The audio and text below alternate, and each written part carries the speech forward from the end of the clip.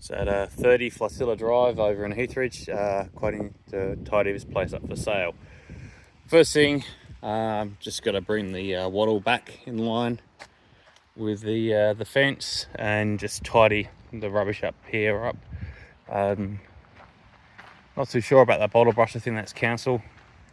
The rest is all looking as good as the verge is going to look, really. When you got in here on the top of the raised flower bed, you can see there's all rubbish and grass and whatnot in here. It's not looking too flush.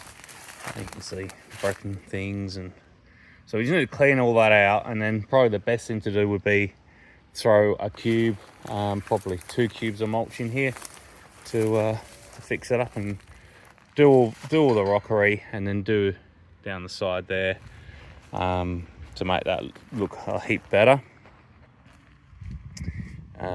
Just use a heavy mulch, don't use a black mulch, don't use a black mulch, they're just not worth anything. Here we've got a cotton palm coming up, so we need to remove that.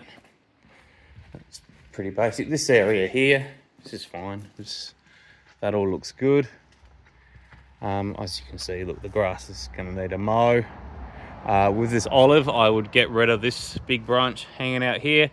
I'd get rid of all the small little branches lying forwards. And look, we've got rubbish here, like a bike tire and a metal bucket and all this. I think we need to get a skip in and remove all that. A proper skip. There's a lot of rubbish here. I'd almost just think get a 12-meter skip and clean out the front and the back.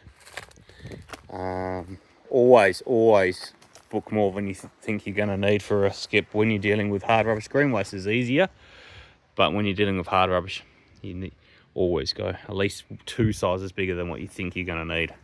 Look, you can see all those branches and stuff in there. That all needs to go. Heading out the back now.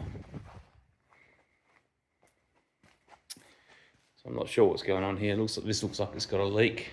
There's water around here.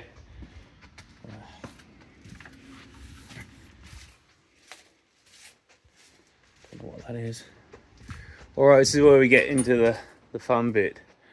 So I would see this bird of paradise here. This big dead one looks hideous. Get rid of it. It's too tall. It looks horrible, and it'll probably be cheaper just to chop that whole big thing down than it would be to get up there and prune it. So just get rid of that, chop that down. This other one here next to it, that's fine. I mean, there's only a couple of small dead ones on it. They're easy to cut off. Here, not too bad. I mean, we've got some weeds, top of the pavers, but that's all good. Now it just depends on how much money you want to spend, really, because you got these lilac trees here. This one, and that big one behind the shed, they all need to go. They're pests, they've self-seeded, they've come in here from a bird.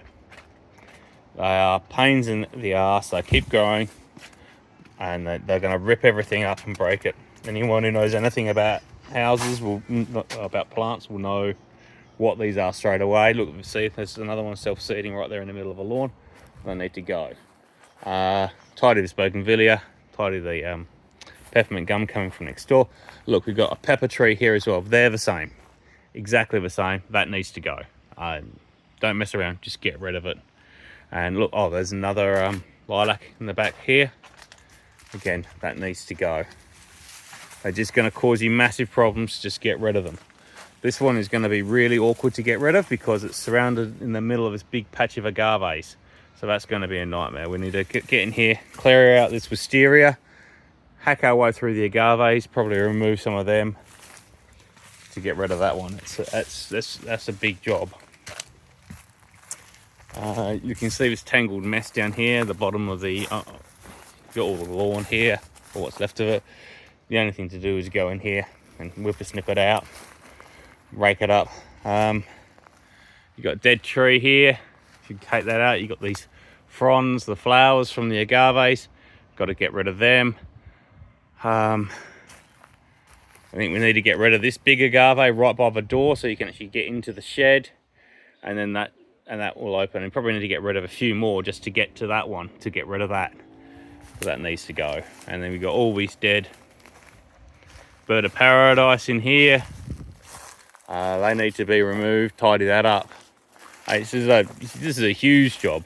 And then in the front, I'll just head back out the front. You got that huge dead tree in the front garden. Now, I don't know if you're keeping that as a feature or not, but I wouldn't like it because I think it's going to fall over.